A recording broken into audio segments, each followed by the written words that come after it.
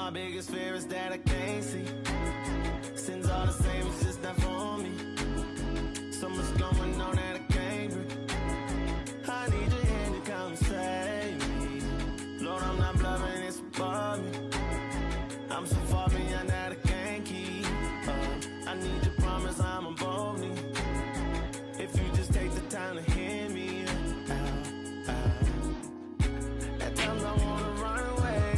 So sick and tired of doing things my way. I just wanna know there's a brighter day. Nothing's ever the same, it's only other way. I can't do it on my own. I can't do it on my own. I can't do it on my own. I can't do it on my own. Seems like everybody's against me. Used to hear me, now they don't hear me. Man, I can't blame that working real deep. But your opinion ain't gon' change what's good. I can't let nobody not change me. Switching me around and rearrange me. Get destroyed the heart, now to ain't me. I came too far to let them rock me back to sleep. At times I wanna run away. So sick and tired of doing things my way. I just wanna know there's a brighter day. Nothing's ever the same, it's on the other way. I can't do it on my own. I can't do it on my own.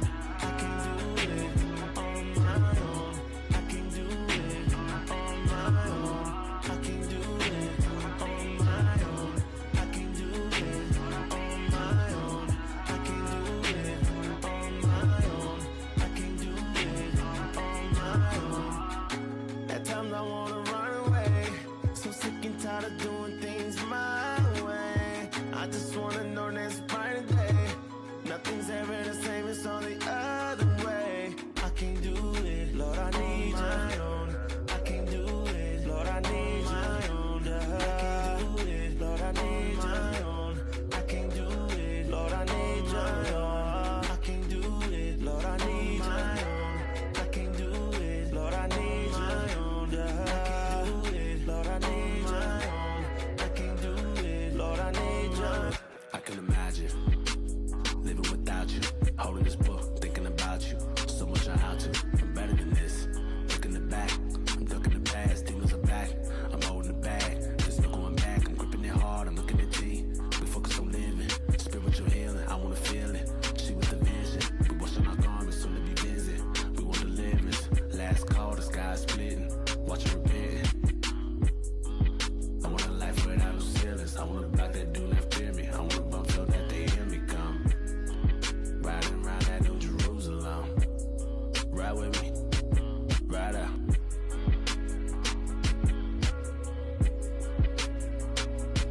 Ride with me.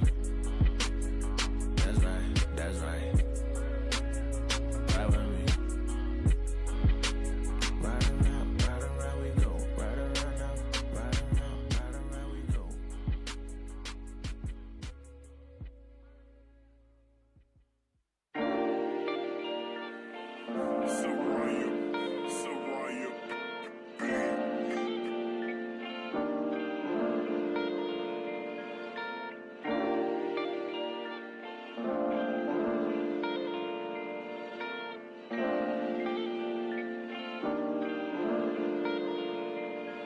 Yeah, heart racing, I've been waiting. Running to the Lord, I'm coming home cause he been patient. I've been hella faithful to Satan. Mind changing, I'm just trying to get it right before he replace me. You know sin is contagious, yeah.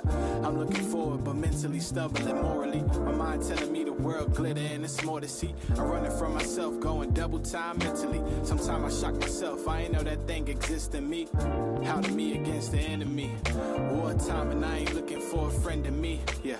Lord, shine some rays on me, I ain't a gangster, but sometimes I gotta tap into that energy. World shakers, no Creflo, but world changes. Still aging, pray when he find me, I'm found faithful. Most High in Christ bless, Most High in Christ bless, praying all is well. Let's stand and face Jerusalem and send up prayers to the Most High God.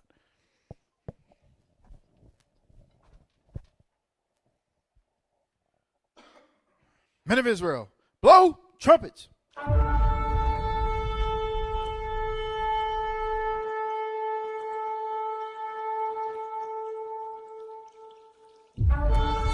Trumpets down.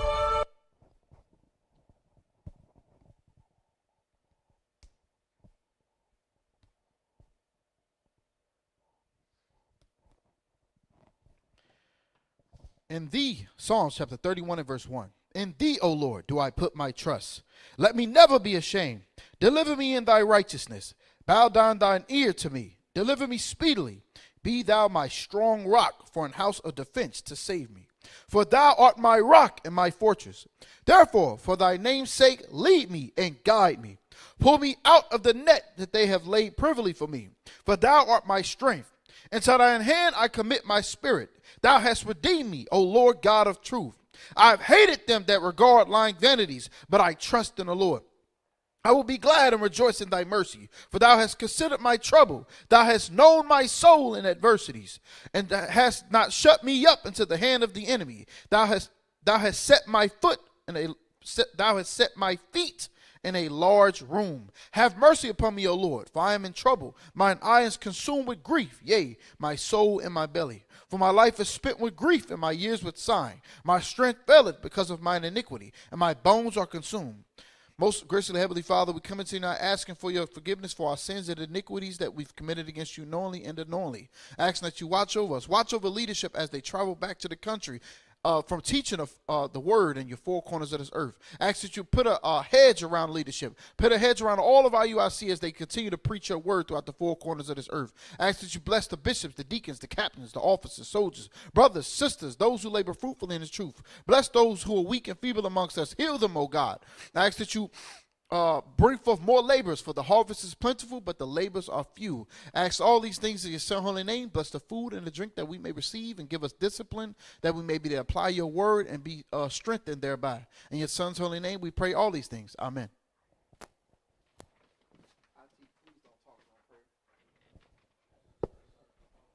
All right.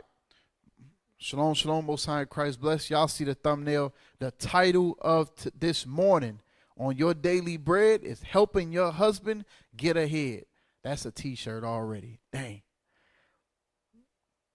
That's a t-shirt already. It says the message for daily bread is helping your husband get ahead. All right. So this topic was devised with the thought that how can a woman help her husband get ahead? All right. There's various books I'll reference today. I do suggest y'all buy them.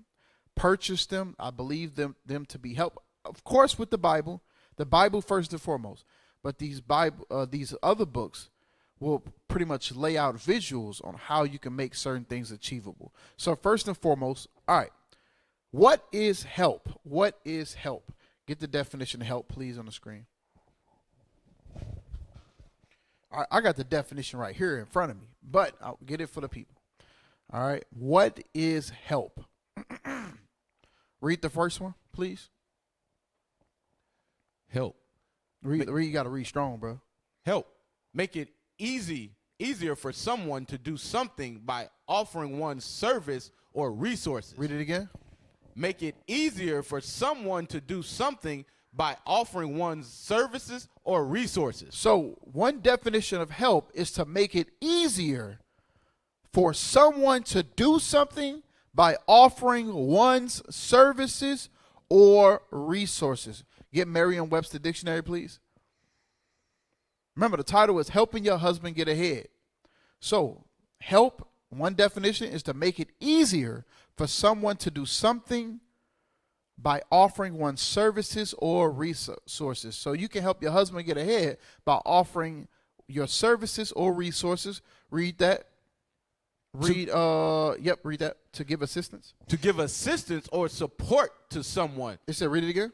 To give assistance or support to someone. Another definition of help is to give assistance or support to someone, particularly your husband. Go ahead. To provide someone with something that is useful or necessary in achieving an end. So another part of that is to provide someone with something that is useful or necessary in achieving an end. All right, their goals, stated goals. Go ahead. Go down.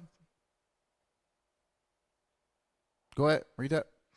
To make more pleasant or bearable. So wait, Another definition of help is to do what? Read it again. To make more pleasant or bearable. That could be this walk. That can be your household. That can be life itself. Another definition of help is to make more pleasant or bearable. Read the next two words. Improve, relieve. Y'all got to stop moving while you read. Thank you. It says to improve or relieve. Go to B, please. To further. Go down. Yep. To further what? Go ahead. Read the first one. To be of use. To be of use. To another definition of help is to be of use. This is something you have to ask yourself, sisters. Are you of use? What's the next word? To benefit. Do you benefit your spouse, your husband? Come on. To further the advancement of. Promote. To further the advancement of promote. All right. Let me see. All right. That's the end of the definitions right there. All right. So help is completely dependent upon the individual in which you serve. I'm going to say it again. Help is completely dependent upon the individual in which you serve. You understand? So someone married to me, my help may vary or differ from a captain. A captain, the help that a captain's wife has to give is different to a captain in comparison to my wife and the help I may need. Or just as a man, our help differs depending on who we are and our goals. All right. So with that thought in mind, get Genesis 2:18. I used the rank thing, no direct correlation, but just keep that in mind. Everybody's help is different. I cannot look at Soldier Azariah and says, my wife needs to help me like that person right there. I don't know Azariah like that. You understand? I don't know what his ins and outs is, his goals. I don't know anything. I only know what he shows me. So I can't base my need or use based of what I observe from him. And sisters have to think about that. Read that. This is the book of Genesis, chapter 2 and verse 18. Come on. And the Lord God said, it is not good that the man should be alone. Go ahead. I will make him an helpmeet for him. Read it again. And the Lord God said. I want you to emphasize certain words. Remember the definition. Go ahead. And the Lord God said, it is not good that the man should be alone. It's not good that this man is by himself. Come on. I will make him a helpmeet for him. I will make an help meet for him. I will make him an help that is meet for him. Someone that is a benefit to him. Someone that is able to make his life more pleasant or bearable. You understand? To make it easier for Adam. You understand? God made an help that was appropriate or meet for him. Read Tobit 8 and 6. We're going to fly through these a little bit quick. Come on. Tobit 8 and 6. 7 seconds.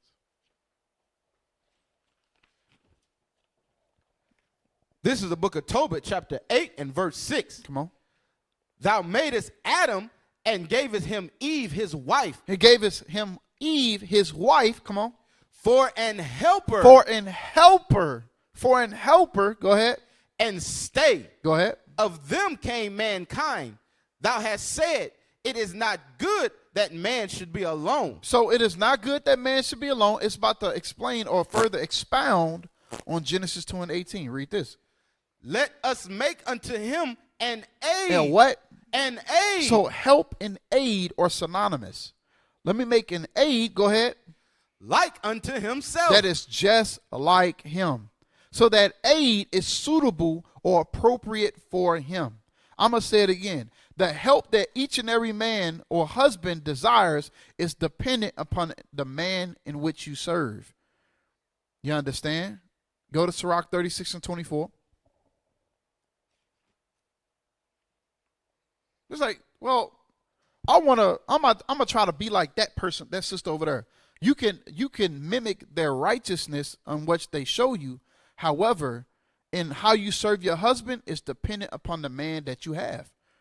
So that requires that you must know him. All right, we're going to get into that later. Come on. This is the book of Sirach, chapter 36 and verse 24. Come on. He that getteth a wife beginneth a possession. If you didn't know, woman, you are a possession. You are owned by who? Your husband. That's Don't right. I don't want y'all to ever misunderstand that definition of possession. And possessions are taken care of. They're cherished. They're nurtured. Just like you would do a house, just like you would do your favorite car, your favorite pair of shoes. You understand? A wife is nurtured, taken care of, so on and so forth. I can't think of nothing else. Come on. A help. A what? A help. A what? A help. Go ahead. Like unto himself. And y'all, I want y'all to read them definitions for yourself again. You understand? A help like unto himself. So she needs to be suitable and appropriate to her man. You understand? According to her man. Come on. And a pillar of rest. No, a pillar of stress. A pillar of rest. She needs to make his life pleasant and more bearable. That's the type of help that a man gonna need. That's the type of help a man needs to make his life more pleasant or bearable. A pillar of rest. All right, these definitions is gonna coincide all throughout the class. All right, go to Sirach 26 and 23. So remember, when it says a help like unto himself, you can either have a righteous counterpart or you can have a wicked as hell counterpart. That's dependent upon you. Read Sirach 26 and 23. This is the book of Sirach, chapter 26 and verse 23. A wicked woman is given as a portion to a wicked man. So the help that's provided to a wicked man is a wicked woman. Why the hell doesn't she know how to serve me? You have to examine yourself. It's going to be a couple things we're going to touch on to make sure you actually examine yourself. Because most of the stuff that happens in our household as husbands stem from us. It's what we allow. It's what we emanate. You understand? It's what we put forth on the earth. You understand? So read that one more time. A wicked woman is given as a portion to a wicked man. So if your woman is wicked, she's given to a wicked man. You must be wicked as hell yourself. Come on. But a godly woman. But a what? But a godly woman. But a woman that is godly, a aid that is godly, a help that is godly. Come on. Is given to him that feareth the Lord. If you fear the Lord is going to provide you an aid like unto you. If you wicked and don't believe, lack faith, don't support the gospel, don't put in work, slothful, don't really care about the commandments, the Lord is going to provide you with the aid like unto yourself. So she ain't going to care about the commandments. She ain't going to care about the Lord. She ain't going to care about you. Because you don't care about you. You don't care about the Lord. So why should she care about her Lord? All right. I hope y'all picking it up. All right. So to better assist your husband, you must understand who and what he is. For those who don't know, that means to prove him. You understand? And proving is a continual thing. For those who are single coming into the truth, like myself, your wife, before she was your wife, was proving you to see if you are a suitable husband, to see if you are a righteous or godly man that feared the Lord. For those who came in married, y'all are constantly proving each other to see who fears the Lord. Where is that in the Bible? All right, let me read that again. To better assist your husband, you must, Sirach 6 and 7, by the way. To better assist your husband, you must understand who and what he is. Prove him and examine yourself as well. To understand your husband, it takes asking questions, studying him, his habits, the way he moves, the way he speaks. You understand? And understanding his goals or his vision, which could be personal, marital. I wrote all this stuff down so I didn't forget it. All right. Which could be personal goals or vision, which could be marital and congregational goals. The 3 trials of faith that Bishop Nathaniel spoke about. So you must be asking questions, studying your husband and understand his vision, whether they be personal, marital, and or congregational. Sirach 6 and 7. This is the book of Sirach, chapter 6 and verse 7. Go ahead. If thou wouldest get a friend, prove him first. Is not your wife, your husband, your friend, the greatest form of friendship that you can have on this earth? Two minds coming together, deciding to spend eternity together. Death do they part, so on and so forth. That's the greatest friend you can have. So if you want to have a friend in your marriage, read it again. If thou wouldest get a friend, Come on. prove him first. Prove him first. Study him. Ask questions. Understand him. Go ahead. And be not hasty to credit him. It says, be not what? And be not hasty to credit him. And be not hasty to credit anyone. That includes those who are single. You want to rush to get married. We hit our year mark. Let's go ahead and get married. Okay. You're going to reap what you sowed. If you didn't study them, then you're going to try to study them when y'all get married? No, it's not going to happen like that. All of us must do our due diligence while we're still alive. Prove your friend. All right. Even in marriage, you can become the best of friends. Go to 2 Corinthians 13:5. It says, so I'm prove him. What is that? Does it stop at him? No, you must prove yourself. You must prove yourself unto God. 2 Corinthians 13:5. Come on. It's the book of 2 Corinthians, chapter 13 and verse 5. Come on. Examine yourselves. It's the what? Examine yourselves. So cross-examine yourself. He said, why is my spouse wicked? Am I wicked? You got to examine yourself. Come on. Whether ye be in the faith. Whether you are in the faith. Because a lot of people like to look at the other side. Like, for example, it's like, hey, give some pros and cons about your husband. Noted. Next you know, every single con is listed. All right, where's the pros at? I don't have no pros. All right, list some pros and cons about yourself. All pros, no cons. So you just perfect out here. It don't make sense. I wish I had that one video. If y'all can find it, probably pull it up later. There's a video where a sister said, a man was interviewing another man's wife. He said, you're married? She said, yes, I am married. He says, is he happy? And she froze up like, I've never heard that before. They usually ask, is the wife happy? But she was asked, is he happy? And she said, F you and the cameraman. The hell is this? Because she was like, to hell with my husband. I never thought about his happiness. So read it one more time. Examine yourselves, whether ye be in the faith. Prove your own selves. Know ye not your own selves? You should know yourself. You should know what you battle with. You should know what your spirit is like. Before you get married, and even when you are married, you should know yourself. You should know when you're out the spirit. When you mad at your husband and you say to yourself, I'm about to make him a bowl of cereal for dinner. You should be able to examine yourself. No, that's hatred. I shouldn't be rendering evil for evil even if I am mad. You should be able to prove your own self. Come on. How that Jesus Christ is in you.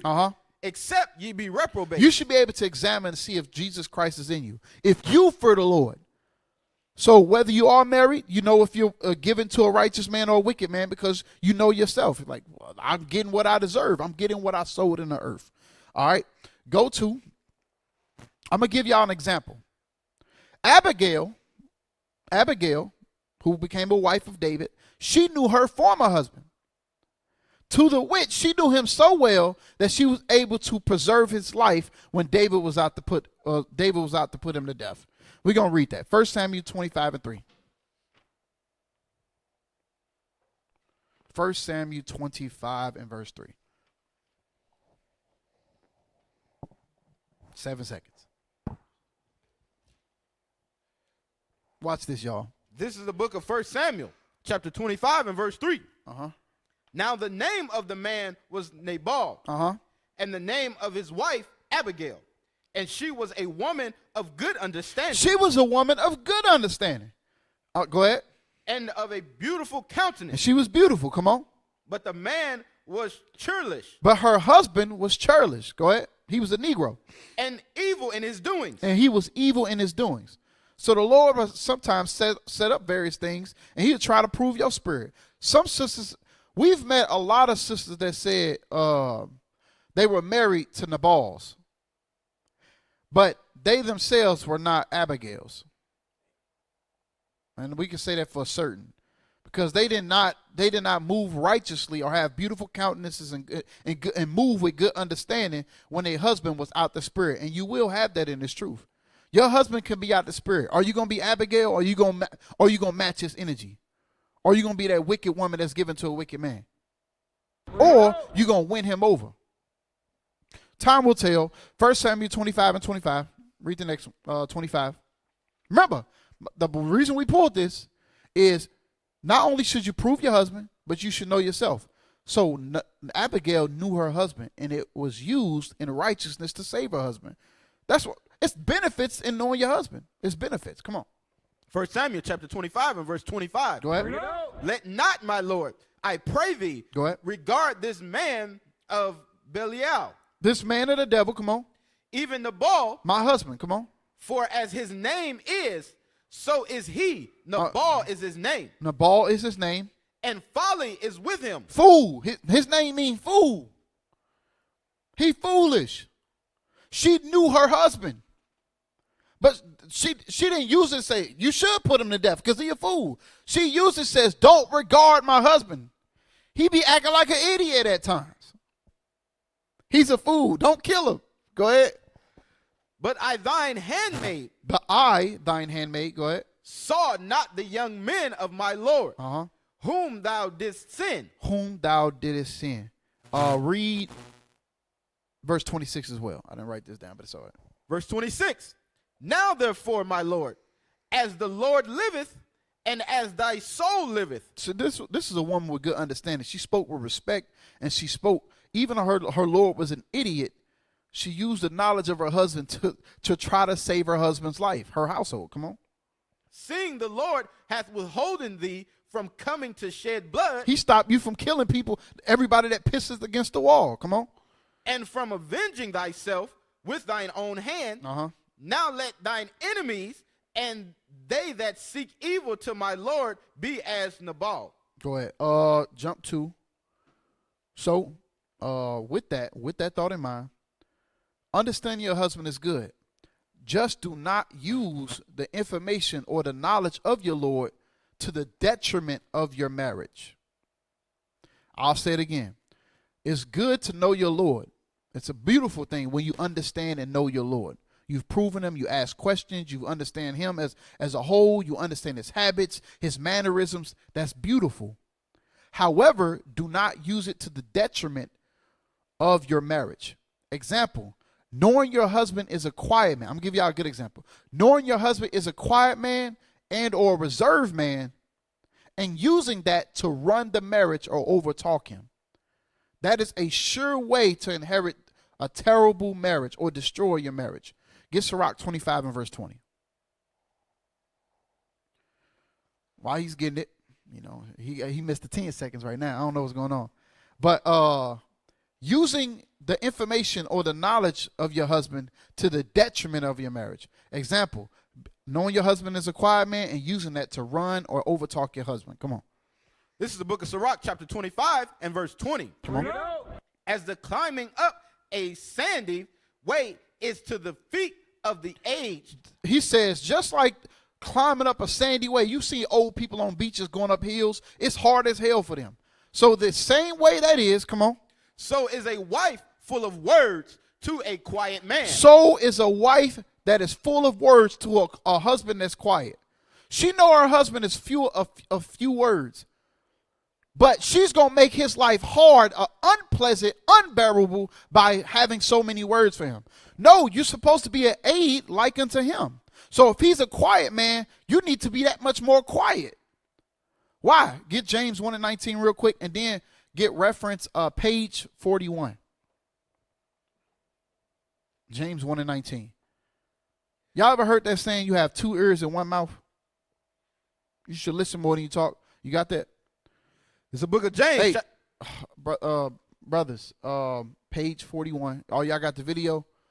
Y'all can play that first, then get page 41. And I put it in the notes. I put page 41. Yeah. All right. And we're gonna start at wives who fulfilled. Okay. Let me see. We're gonna start hiding it. One of the greatest things. You see that? One of the greatest things at the top. All right, y'all make sure y'all zoom in on that. All right, so he can read it properly. All right, play the video.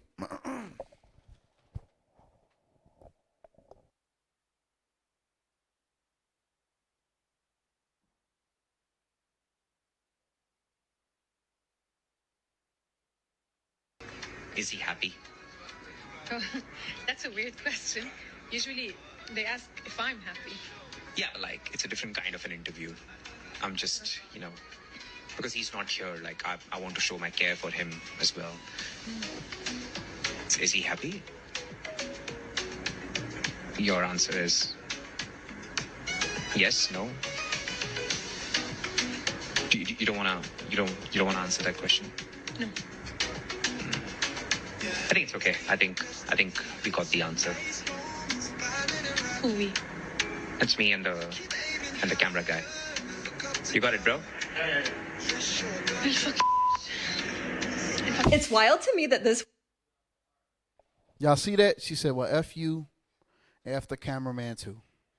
It's not common to, it's not a common action within women, especially in Babylonian women, to give a damn about their husband or his estate. So that was a good video. Go to page 41 now, top of the page. One of the greatest things. So this book is titled, for those who don't know, y'all can put it back to the screen, please. Put me back on the screen for a second.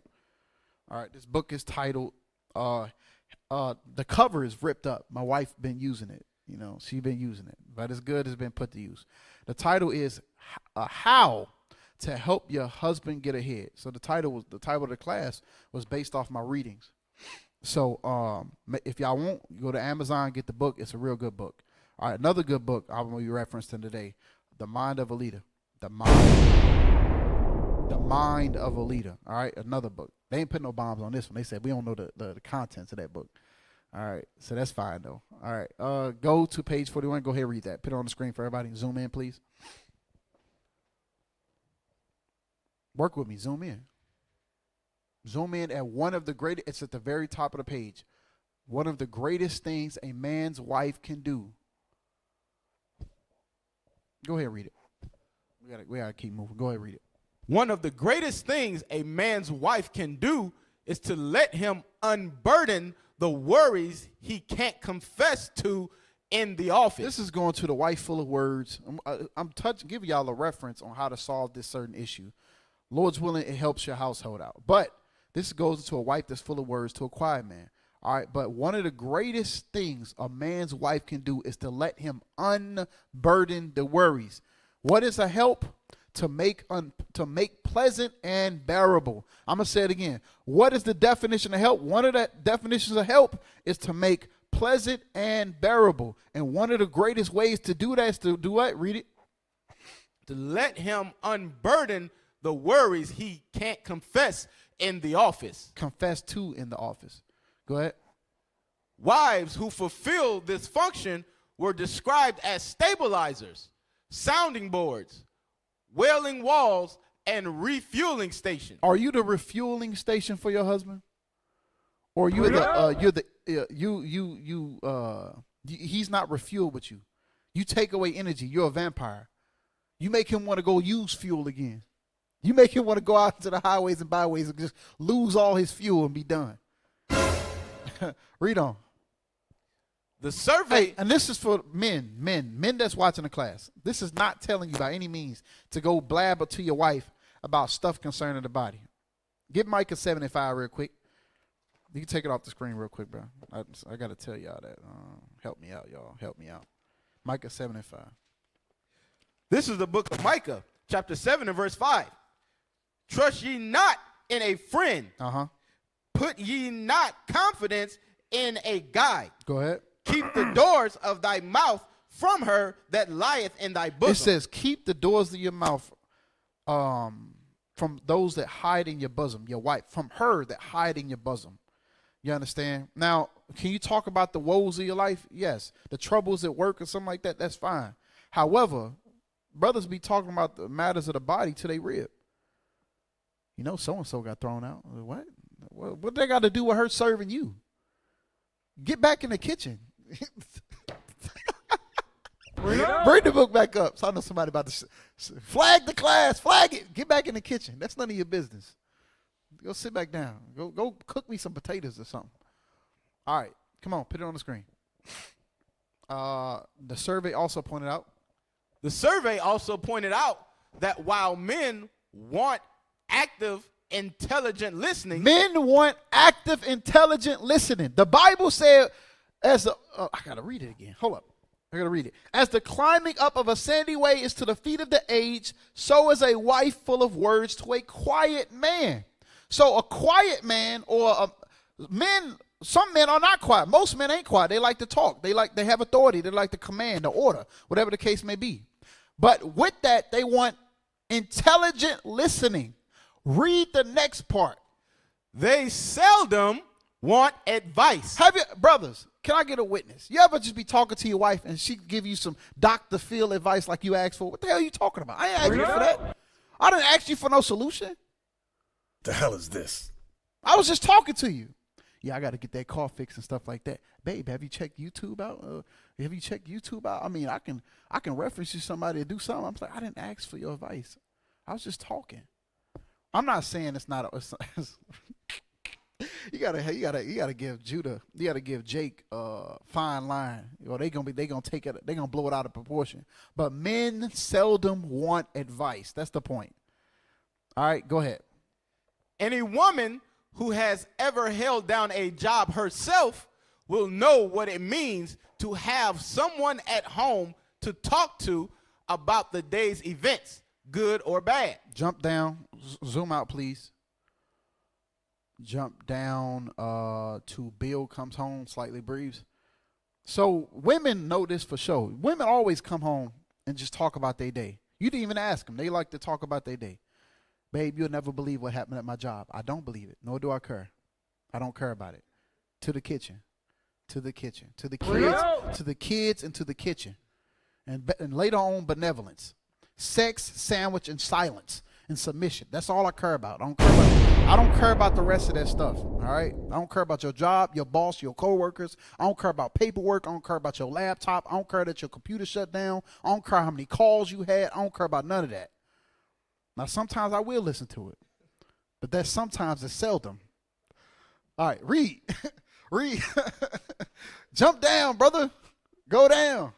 Zoom out and go down. Jump to, you know what? Go to page 42. Let's move on. Let's move on. Page 42, zoom in to Mabel. Mabel, go scroll up, the first Mabel at the top. Mabel, I always say that they don't have appreciate you, Bill. Mabel, I always say they don't have appreciate you, So for the Bill. sake of time, I'm gonna speed it up a little bit. So he was trying to tell her about his day. And while he was telling her about his day, this is what she does. Read Mabel again. Mabel, I always say they don't half appreciate you, Bill. You'll have to speak to Junior. You reading real fast. There's a period right there. They don't half appreciate you. Pause. Bill, you'll have to. Go ahead. Bill, you'll have to speak to Junior about his report card. You'll be talking about something to your wife, and she'll say, well, yeah, you're right about that. But what I was saying was, hey, we need that window fixed. Damn, was what I talking about wasn't important or something? The hell is this? So while you're talking, she already have a thought that she wants to get across. I know men have experienced that. Come on. His grades were terrible this term, and his teacher says he can do better if he tries. Oh, go ahead. I'm at my wit's end. By this time, Bill sees it's a losing battle. To do what? To try to get the floor. To try to get the floor. This is a man that's a quiet man that rarely talks. When he does talk, his wife is full of words. You understand? He said it's a losing battle. Men, if you've witnessed this, can I get an amen? Brothers in the back. Amen. Watch this, read. So he swallows his elation along with the pot roast and does his duty by the furnace and Junior's report card. This is it's a losing battle. It's a climbing of a sandy way for him. He gave up. He shuts down. He's lost his confidence, his elation. He don't even want to talk no more. He swallows the pot. He shuts the hell up like a woman and eats the pot roast and helps the kids. Come on, little Junior. Let's see if you get a B or an A on your report card. He didn't lost his manhood. But watch this. Read the next part. I'm telling you, sisters, this is going to help y'all in regards to what? Helping your husband get ahead. You have to be able to read the room. All right, come on. Is Mabel? And they kept it on the screen while I was talking, but then when I was trying to read, they come on, IT, what are y'all doing, man? Is Mabel selfish in wanting her problems to get a hearing? Is Mabel selfish? Is the woman selfish for wanting her problems to get a hearing? Go ahead. No. She has the same basic need for a listener as Bill. Women want to have active listeners as well. Go ahead. It's her timing that's faulty. It's her timing. It's her timing. You understand? And I know a lot of women go through this. They're like, why is he mentally shutting down? It's because it's your timing that's terrible. I'm still talking. They got the page up. All praises.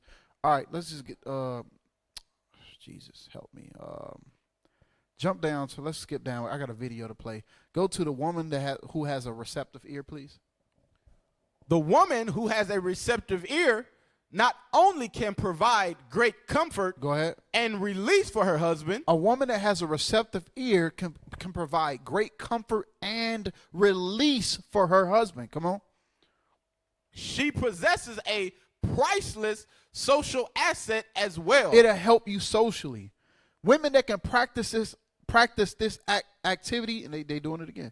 The women that can practice this at their house with their husbands have a great social asset as well with other people. The sisters that have terrible times dealing with other sisters is because they have terrible time dealing with their husbands. They're always talking. They always got to have the last word. So when they're out and they're trying to socialize with other people, people like, this person is pretentious, self-absorbed. They only care about what they got to say.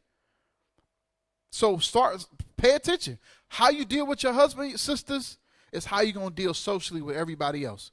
All right, now y'all can put it back on the screen. A woman who read that from the top, the woman who has a receptive ear. The woman who has a receptive ear not only can provide great comfort and release for her husband, she possesses a priceless social asset as well. Scroll down, please.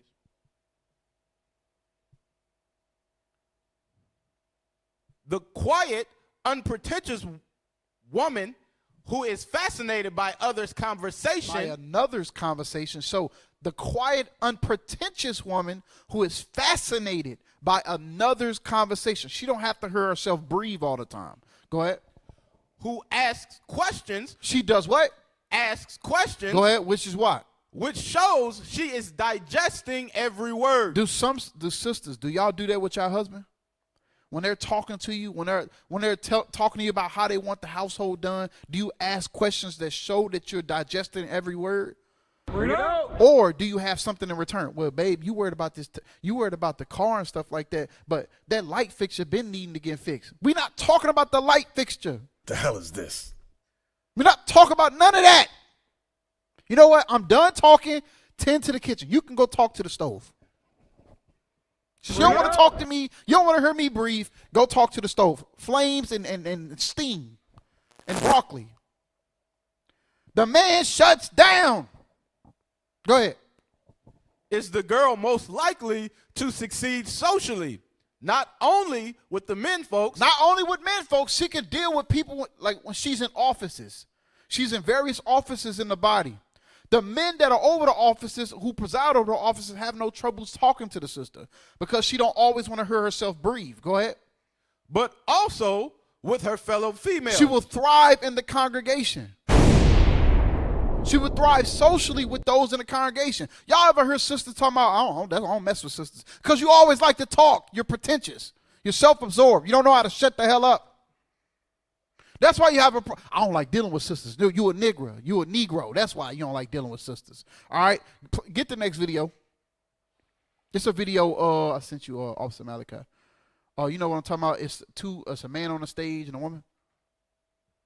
You know what I'm talking about, right? Give me that scripture that says, he who wanted friends must show himself friendly. What is that?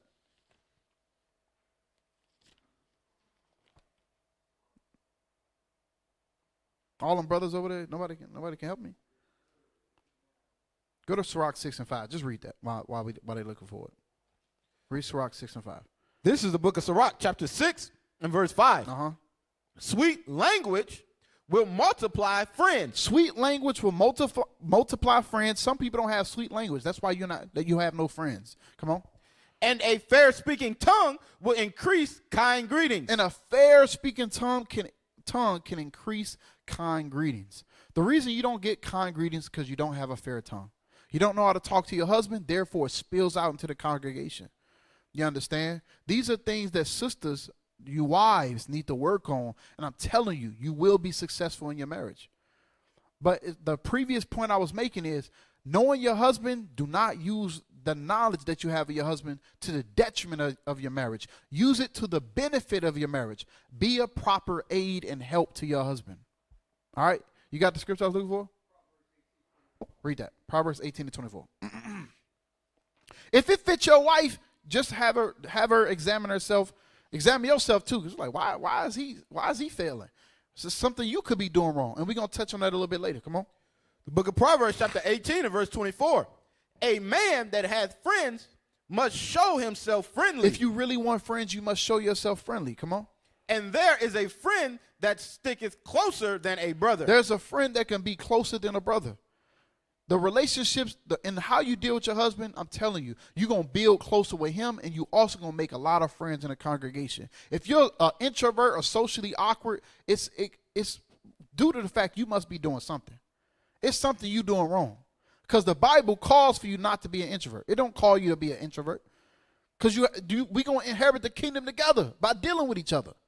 All right? Play the video. Something because you like to talk so much, you can hit a man at the wrong time, and it'll seem like he's disconnected when actually you just hit him at the wrong moment.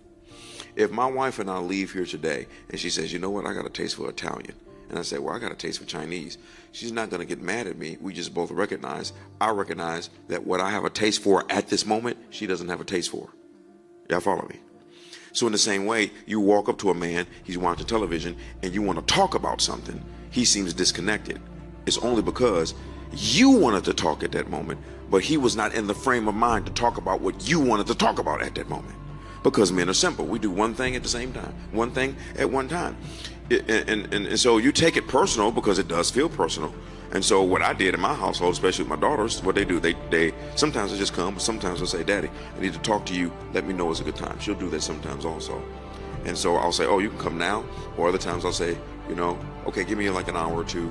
Or sometimes I was like, I'm swamped. Is it serious? No, it can wait. See? And so if you approach the man that way, hey, got to talk to you about something. Let me know it's a good time. Okay? Versus you just walk in front of the television. Hey, did you do? No, stop. Right. Because men need peace. Ladies, let me help you something. Stop it. Because you like to talk. I know men can relate to that. I had to piss breeders in my house. I said, you got to raise your hand. You got to let me acknowledge you first. And I'm like, go on somewhere. I ain't ready for you. I'm not ready for you. It's the timing that could be off. All right. So let's say you are full of words. You like talking. And your husband is a very reserved and quiet man. I pray he come out of that box, by the way. But the thing is, you must learn timing and discretion. All right. So knowing your husband, you can be an aid or benefit him. Do not use it to destroy your marriage or run your marriage. Example, 1 Kings 21:2. You can read fast on this one. All right. You have permission to read fast. Not Spanish. But you can read fast, all right, because we got a lot to touch on. I know my Lord, so you know him. That's why you talk over him. That's why you know he ain't going to do nothing when you decide not to make him his meal. You put the children before him. You go to your boss and say, hey, do you have time right now? You go to your boss and say that, but with your husband, wake up. I know you ain't doing nothing anyway.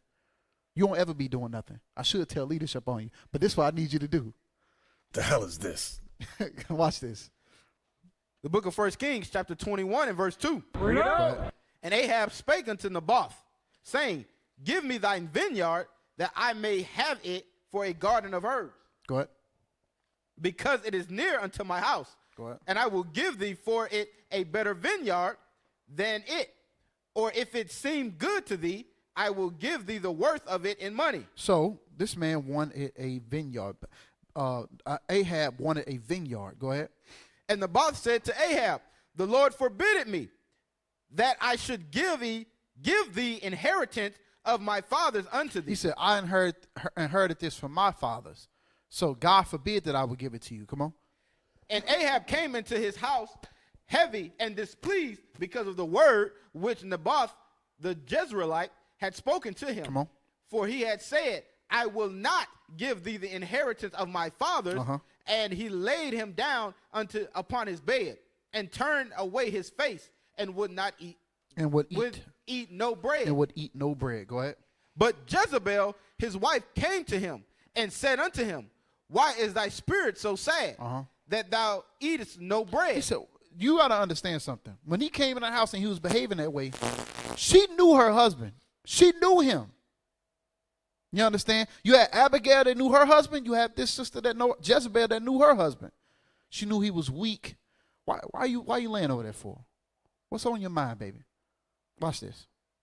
And he said unto her, because I spake unto Naboth the Jezreelite, and said unto him, give me thy vineyard for money, or else, if it please thee, I will give thee another vineyard for it. And he answered, I will not give thee my vineyard. Come on.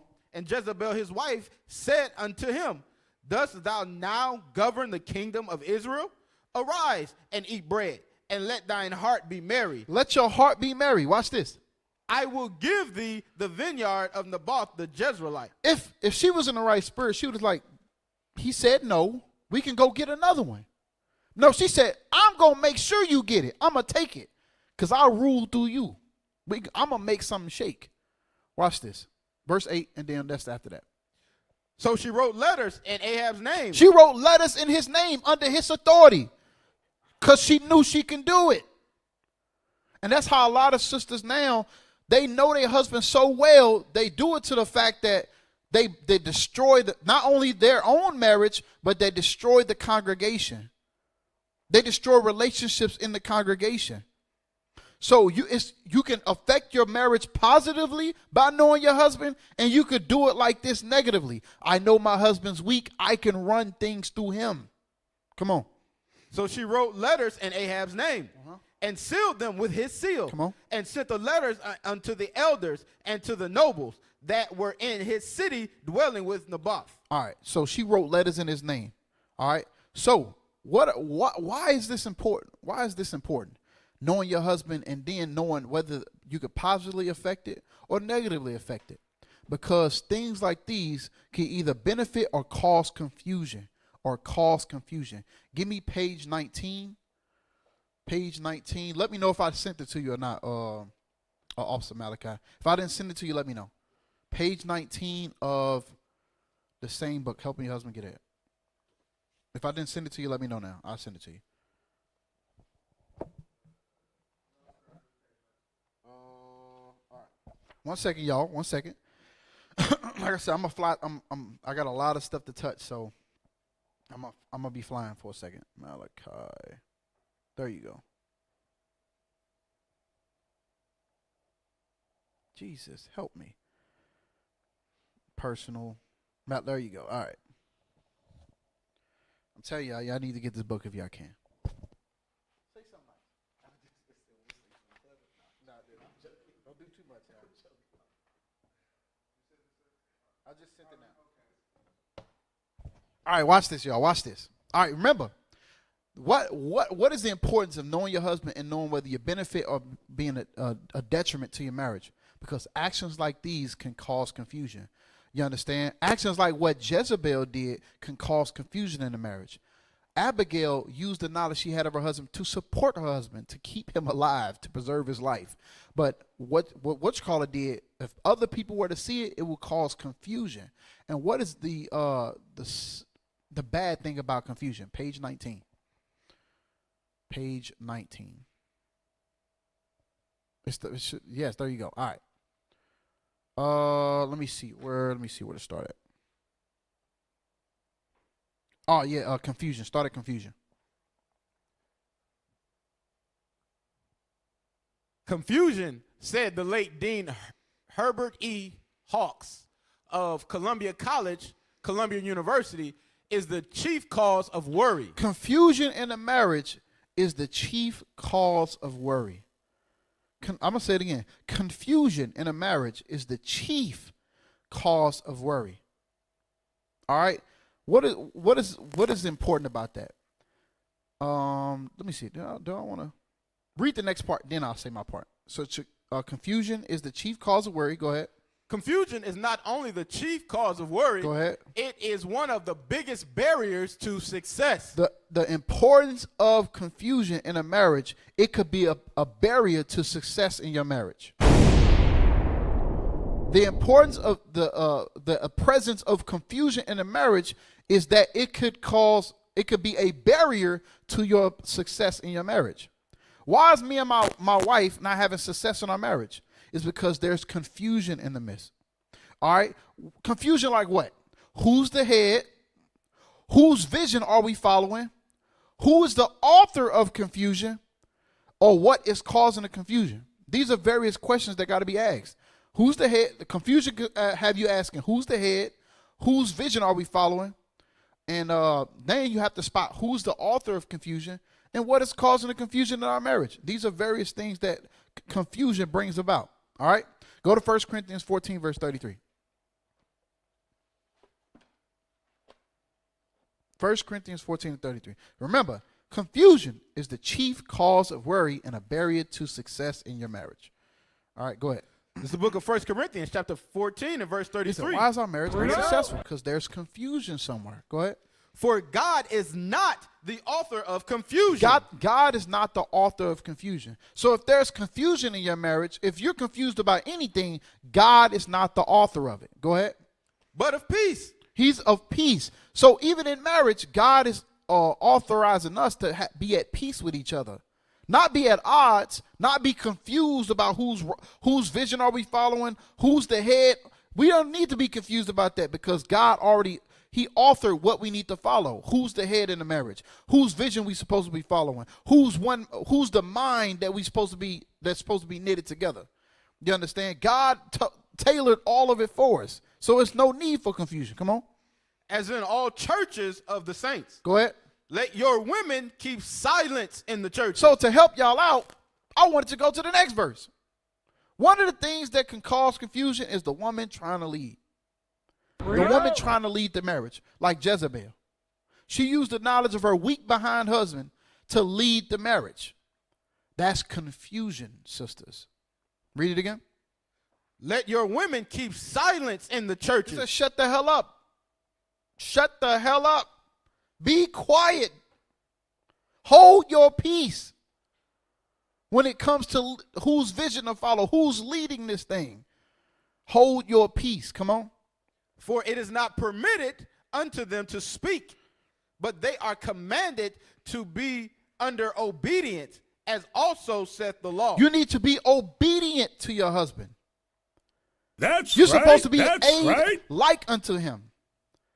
An aid, support.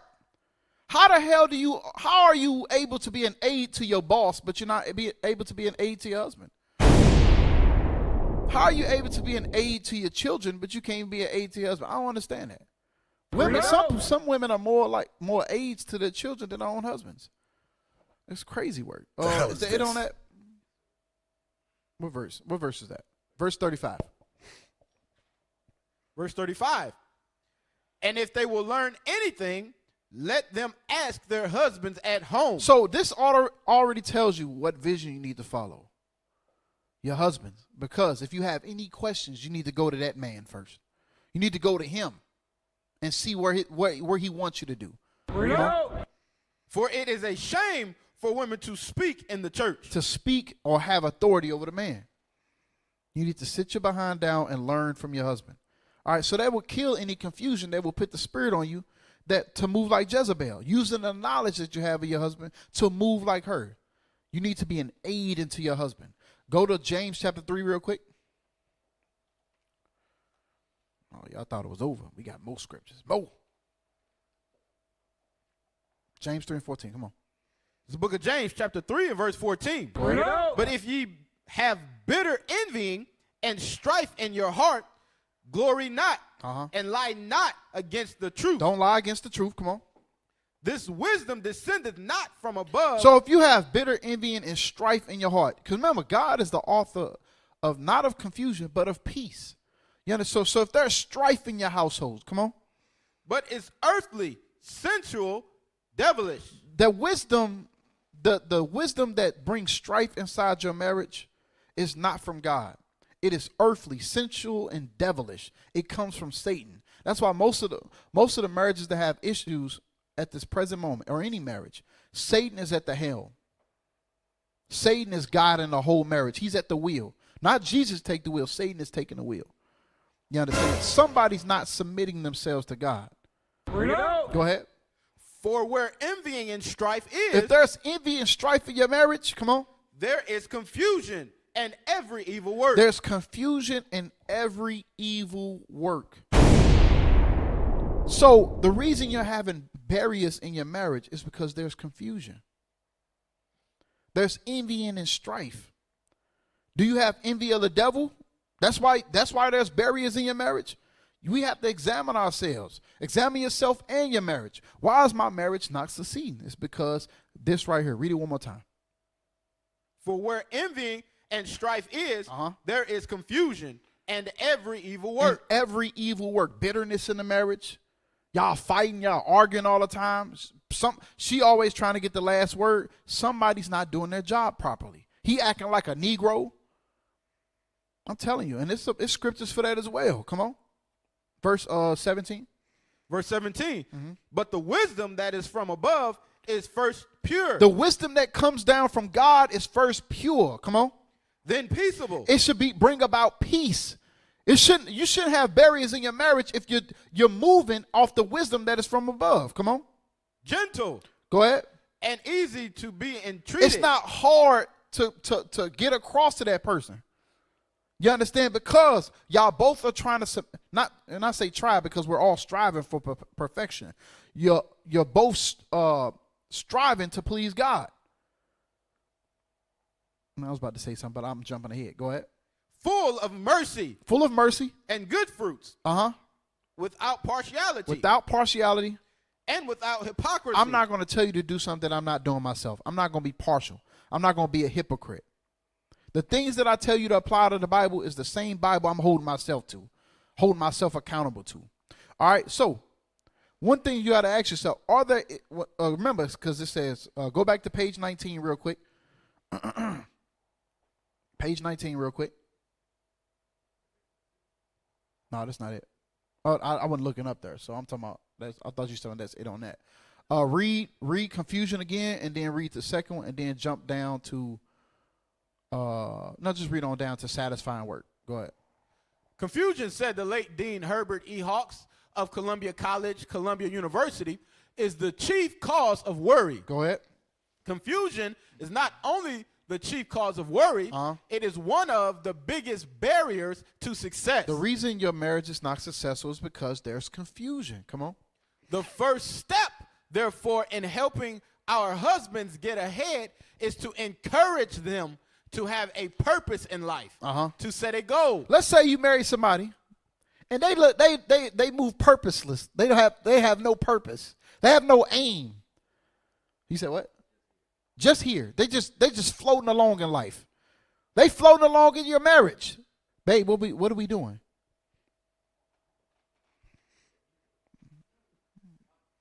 I'm just existing. I'm just breathing. You understand? The first step in helping your husbands get ahead is try to help them get a purpose. And the purpose ultimately is in this Bible. If they don't believe in this Bible, it's no hope for them. If they cannot follow the purpose right here, so I'm putting the Bible in front of my face. But if they can't get this, it's no hope for them. So they must have the Bible. Go ahead. What does success mean to your husband? It varies person to person. Are we successful? Are we successful as a marriage? Are you successful as an Israelite man? It varies person to person. This is a question you have to ask. Come on. And to you. Does it mean money? Is your priority in money? Go ahead. Prestige. Is it in position or is it in honor? Go ahead. Security. Is it in stability? Go ahead. Power. Is your success in authority? Go ahead. Service to others. Do you find success in your servitude to everybody else? That's another question you got to ask. The husband got to answer. Go ahead. satisfying work. Is it in work that's satisfying? When you do something for the Lord, are you satisfied? Are you happy? Does it drive you? These are questions that have to be answered by the husband. Because if he can't answer none of them, your marriage is not going to be able to move forward. Go ahead. These are some of the questions you and your husband must answer. You and your husband must answer. Go ahead. For success can mean different things to different people. Go ahead. Make up your minds what it means to you. Y'all have to sit down and communicate what success means. I've done it with my spouse. I said, these are my goals. If I achieve these things, this is success. Every time I open my laptop and do a graphic, I feel successful. You understand? And I achieve to do more. You understand? So once that's communicated to my spouse, she's going to do everything in her power to aid me to be successful. And what does that mean? That takes communication. Go ahead. Set up your life's objectives. A wife must understand. No, let's sit on that. Go to page 35 now. We're going to go back to the scriptures in a minute. Page 35.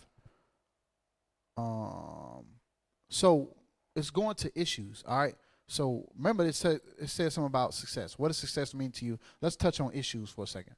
I said page 35. All right, yes, all right. Read that. No, if you want an emotion.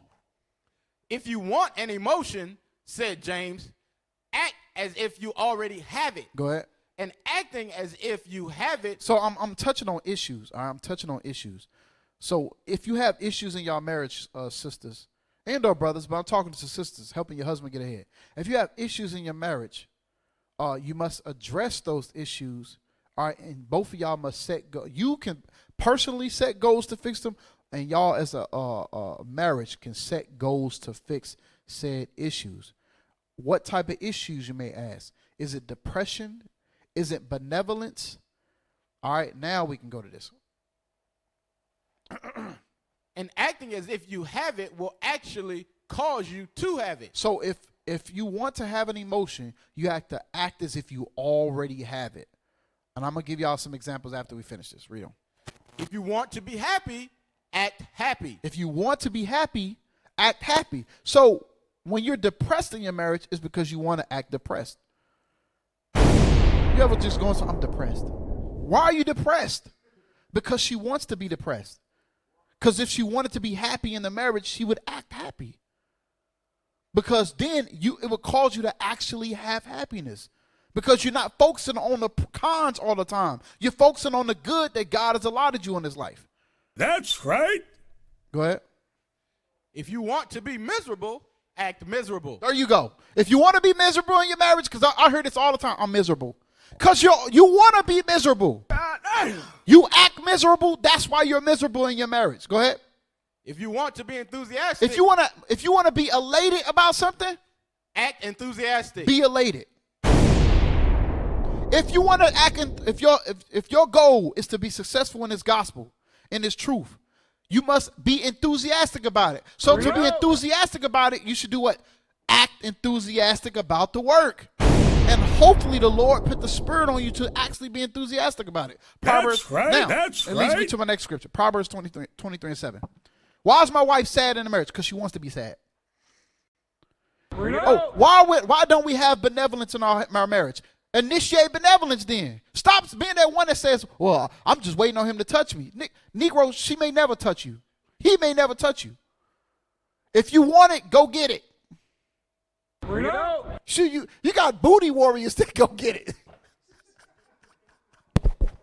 You got prison warriors that go get it. And you act like you can't get your husband in your marriage. You crazy.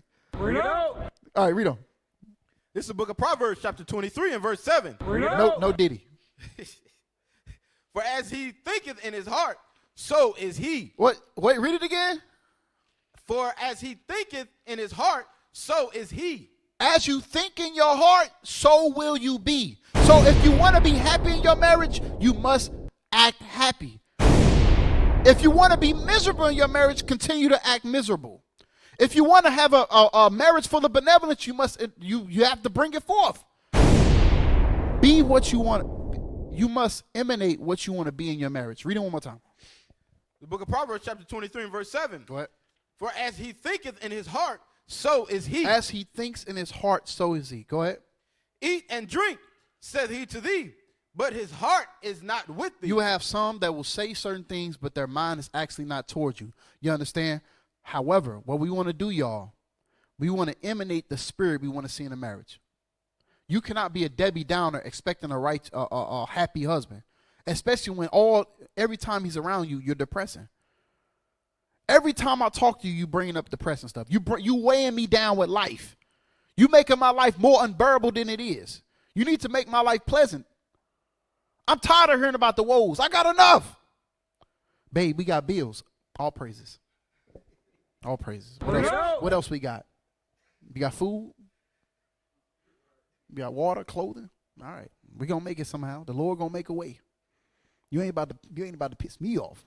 That's right. All right. Happiness issues. Go to page 22. Let me know if I should have sent that to you. Page 22. So, sisters, I'm going to say it again while they get in the page. You must emanate what you want to be in a marriage. I'm going to say it again. You must emanate what you want to be in the marriage. All right. What's going on, y'all? What's going on? I wrote it down there, didn't I? I dread success. There you go. Read that. I dread success. To have succeeded is to have finished one's business on earth. Wait, he said, I dread success. To have finished one's business on earth. Go ahead. Like the male spider who is killed by the female the moment he has succeeded in his courtship. Go ahead. I like a state of continual becoming. Go ahead. With a goal in front and not behind. Always, this is one thing too. All right, so with said issues that we acknowledge that we have in our marriages, you must set goals to fix them, and once they're fixed, make new goals.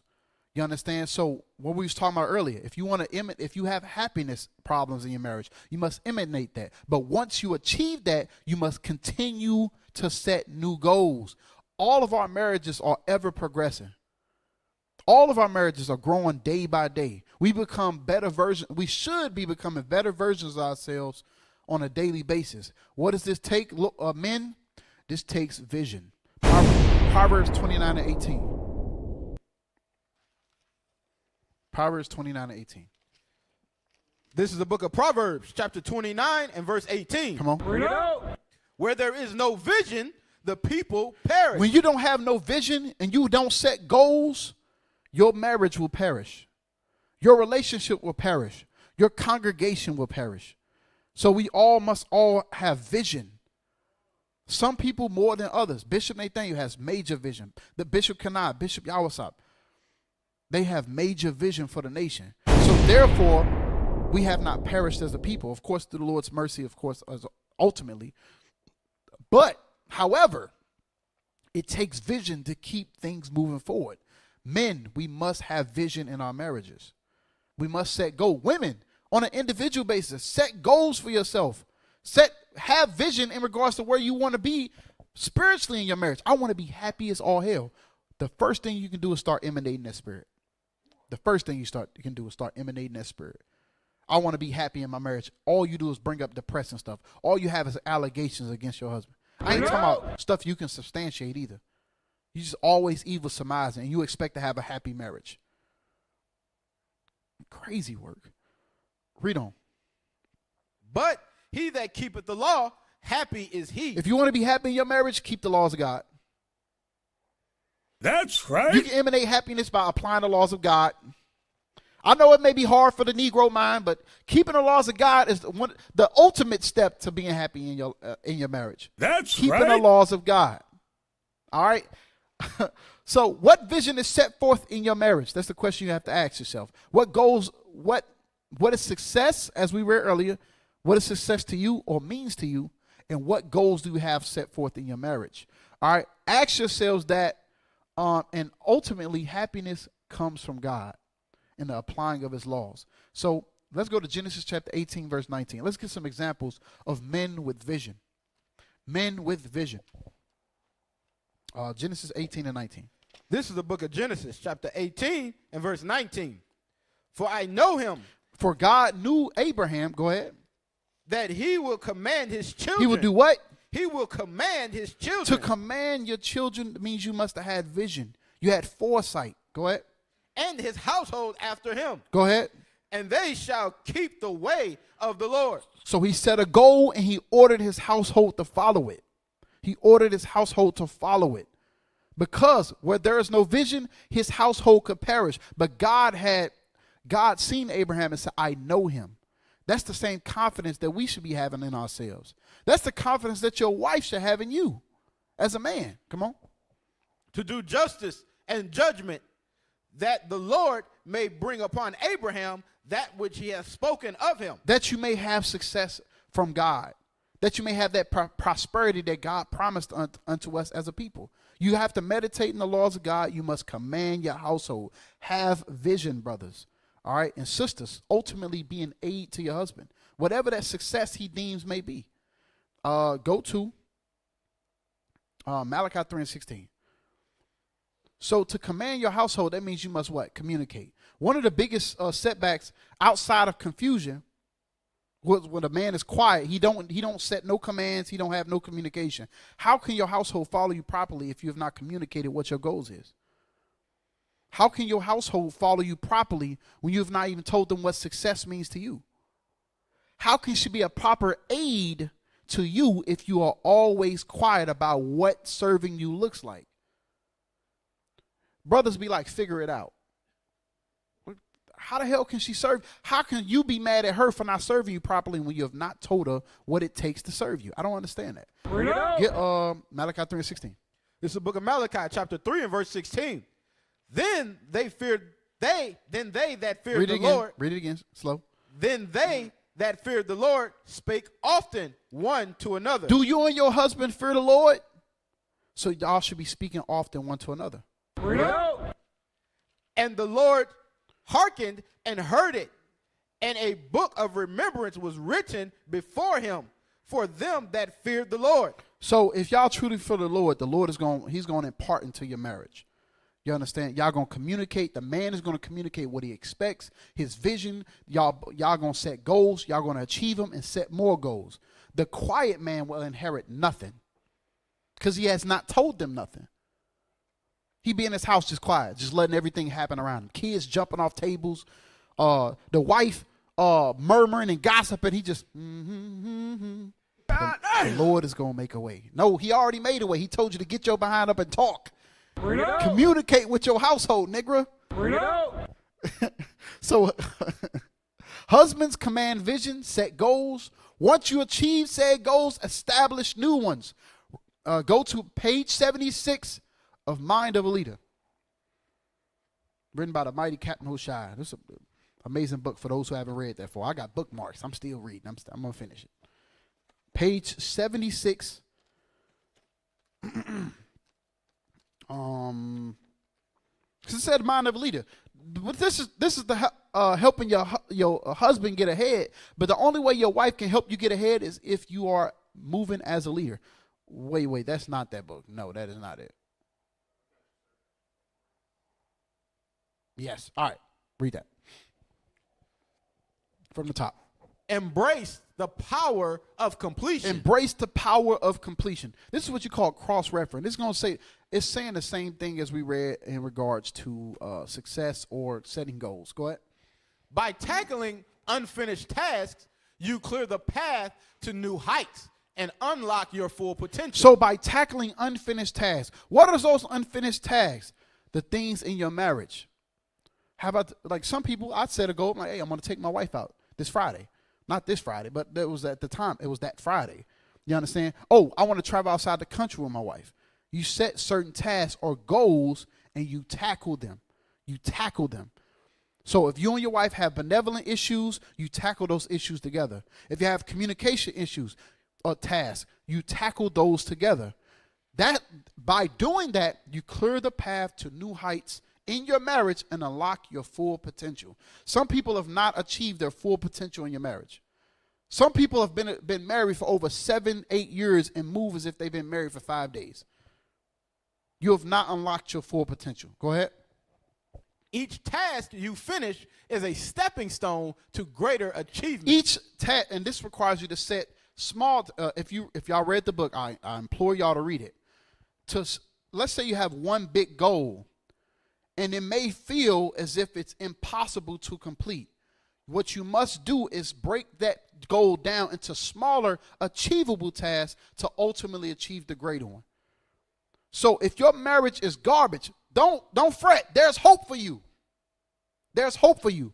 Set smaller tasks in your marriage to achieve the ultimate goal of having a successful marriage. Go ahead. Let go of what's holding you back. Y'all have to let go of what's holding your marriage back, which could be past traumas, past issues that men being bitter against their wives, women holding on to stuff. Women hold on to stuff from years. Yeah, I'm talking about years, bro. She remember the dirty socks you left on the floor. This is why I don't trust you. You remember that sock you left in 1995? I wasn't even born yet, babe. I wasn't born yet. What are you talking about? Read on. And watch as clarity and confidence propel you forward. Watch as clarity, that means having a clear mind, and confidence propel you forward. As y'all achieve those smaller tasks, y'all going to have that much more confidence in what y'all can accomplish in y'all marriage. That's right. Y'all going to be confident in yourselves as y'all both serve the living God together. Go ahead. Every ending is a new beginning. Go ahead. And each completed task brings you one step closer to success. That's what we need to do. Set goals on our marriage, men. And then the women, y'all talk and y'all set goals about what y'all want to have or accomplish in y'all marriage, and y'all work towards completing it to have a successful marriage. Read on. Progress does not come from waiting. It comes from stepping up. It comes from what? Stepping up. Y'all both must equally step up in y'all marriage. You cannot wait by the wayside and hope for a successful marriage. You must put in the work. Successful marriages put in work. The bishops, they put in work to a successful marriage. That's the deacons, right. they put in work to a successful marriage. It takes action. It takes vision. Go ahead. Finishing what you started and clearing the path for new opportunities. Go to, this is one of the last points I want to bring out. I got a lot. I actually wrote a lot down. Go to page 34.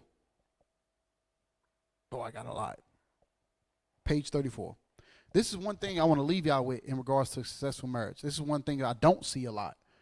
And this is one thing that Bishop Nathaniel talked about when he first established IUIC in regards to what he did. He said, he seen the men. He said, where y'all wives at?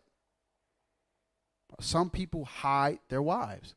They hide themselves from successful marriages because they want to have this cloak of maliciousness. They want to hide themselves. That's not the right spirit to have in regards to a successful marriage. Read 5. 5, that start from the top of the page. Associate with. This is from Helping Your Husband Get Ahead. That's the name of this book. But go ahead. Associate with enthusiastic people. Associate with enthusiastic people. Go ahead. A little of it is bound to rub off. If you want to have a successful marriage, brothers and sisters, you have to associate yourself with successful marriages. That's right. A little of that successful marriage is bound to rub off. Imagine your wife be doing Negro stuff at the crib, and she's around a successful marriage, and she tries to do it in front of the successful marriage. They're going to say, hey, that's out of order. You can't be doing that. They're going to correct it. You understand? Go ahead. What I most need, said Emerson, is somebody to make me do what I can do. Some of us need somebody around us that can make us do what we need to do. Go ahead. In other words, inspiration. We need inspiration a lot. Go ahead. We cannot control the working environment of our husbands. Go ahead. But we can try to cultivate friends and activities which will stimulate them to more creative thinking and living. Most of the time, the reason you sisters don't know how to help your husband get ahead is because you're not even associating yourselves with those who can stimulate you to more creative thinking and living a better life for your husband. So husbands, you brothers that like to hide your wives, that's the reason your marriage is failing too. Because you're not trying to put them around people that can cultivate their thinking. Go to Sirach 13 and 15 real quick. You said what? Yeah, I pay attention to my own congregation. I said, why is that sister not dealing with our wives no more? Okay. She's hanging around with that one Negro. The one that runs her husband and battles with Negroes. The hell is this? Oh, she like that spirit right there. Watch this. This is the book of Sirach, chapter 13 and verse 15. Every beast loveth his like. Every beast is going to love what's like themselves. Come on. And every man loveth his neighbor. Come on. All flesh consorteth according to kind. All flesh is going to consort according to their kind. Most of the times we linger, we gravitate to people that is like ourselves. So unsuccessful marriages are going to gravitate to those who are unsuccessful marriages as well. So in order to fix your marriage, what must you do, sisters? On your part, you can gravitate to what you see as successful marriages. Those who are seasoned, those who are tenured, those who are learned, those who also learned of their mothers on how to behave correctly. You must gravitate to successful marriages to be successful. That's right. Read on. And a man will cleave to his like. Go ahead. What fellowship hath the wolf with the lamb? Go ahead. So the sinner with the godly. If you are, remember, righteous is going to cleave to righteous, wicked is going to cleave to wicked. In order for you to, Lord's willing, some of that righteousness to rub off on you, you have to wear out the doorsteps of those who are righteous. That's right. You can't continue to gravitate to what's been making your marriage and your life fail as a whole. You can't keep doing it. Isn't that called insanity, doing the same thing, hoping for different results? Some of y'all are insane in your marriages. You still counseling with the same garbage people that ain't trying to get their spirits right. You still hanging around with people that don't want to be around the congregation. They hate keeping the Lord's feast. They have no joy in the Lord. You're going to keep staying with them and praying for a successful marriage. That's why you and your husband are battling. Because somebody don't want to get their spirit right. Ecclesiastes 4:9 real quick. Boy, I had a lot. Shoot. Ecclesiastes 4:9. This is the book of Ecclesiastes, chapter 4 and verse 9. Two are better than one. It says what? Two are better than one. You know what? Ecclesiastes 9 and 9. I'm going to end it there. But two are better than one. Two are better than one. In order for us to achieve great results, we need help sometimes. We need to surround ourselves with those who are in the right spirits. All right, read that. Y'all can put them images on the screen. That's good. Go ahead. Ecclesiastes chapter 9 and verse 9. Go ahead. Live joyfully with the wife whom thou lovest. It says, live joyfully with the wife whom thou lovest. Some of y'all don't love y'all wives, but we're going to help y'all today. Keep the commandments of the Lord. You understand? And live joyfully with them. Go ahead. All the days of the life of thy vanity. All the days of the life of thy vanity. Go ahead. Which he hath given thee under the sun. The Lord has given you a wife under this sun. He could have left you single and barren with no wife, up and down mourning, but he gave you a rib. She a little bit immodest, the chest out. Jesus. Damn, man. Y'all could have picked somebody that looked like Harriet Tubman. I would have took it. All right, that's cool, I guess. Read it again, bro. Read it again. They crazy. Live joyfully with the wife whom thou lovest. Live joyfully with the wife whom thou lovest. Go ahead. You have to love your wife. Keep the commandments with your rib. Come on. All the days of the life of thy vanity. Which he hath given thee under the sun. He could have left you with nobody, but he gave you a spouse, an aid like unto yourself. Go ahead. All the days of thy vanity. Go ahead. For that is thy portion in this life. That is the portion in this life, y'all. Most people, they died single. They died eunuchs. Or they made themselves eunuchs. But the Lord has gave you an aid like unto yourself. Sit down, communicate your goals. Wives, listen to these goals. Understand your husband. Ask questions. Set goals and set tasks to achieve the ultimate goal, which is a successful marriage. Go ahead. And in thy labor which thou takest under the sun. Watch this next part. Whatsoever thy hand findeth to do. Then your hand can find your wife. Your hand can find your wife. Go ahead. do it with thy might. You can do your wife with your might. But hey, in all seriousness, you can live joyfully. You can live joyfully with your wife with all your might. Read on. For there is no work, nor device, nor knowledge, nor wisdom in the grave whither thou goest. When you die, you can't achieve nothing. So while you're with your wife, while you're alive on this earth, build with your wife. Sit down, talk about your goals. I have to keep saying it because we have to do better, y'all. We have to do better. Sit down with your goals. Sit down with your wife. Express your goals. I pray they're righteous goals. Determine what success is for y'all. Lord's willing, it's a successful marriage and a joyful life in the commandments of the Lord, in the congregation of the Lord. All right? Let's be better, y'all. All right? I had a lot, man. I'm sorry. I had a lot. But I've been reading these books, and Spirit was on me to say, hey, I think this will help people's marriages. All right, so with that in mind, make sure y'all subscribe. Make sure y'all donate to the Booster Club that's in front of this lion. All right, donate to the Booster Club that's in front of this lion. Send forth your alms, your donations. Why? Because it helps us be able to go to the four corners of this earth and teach the word of God. All right, subscribe to IUIC Louisville, please. All right, I'm Officer Gabriel, and y'all may be able to find part 2 of this class on that channel. All right, with that, I say shalom, most high, and Christ bless. World shakers, no crap flow, but world changes. Still aging. Pray when he find me, I'm found. I've been going double, yeah. I've been going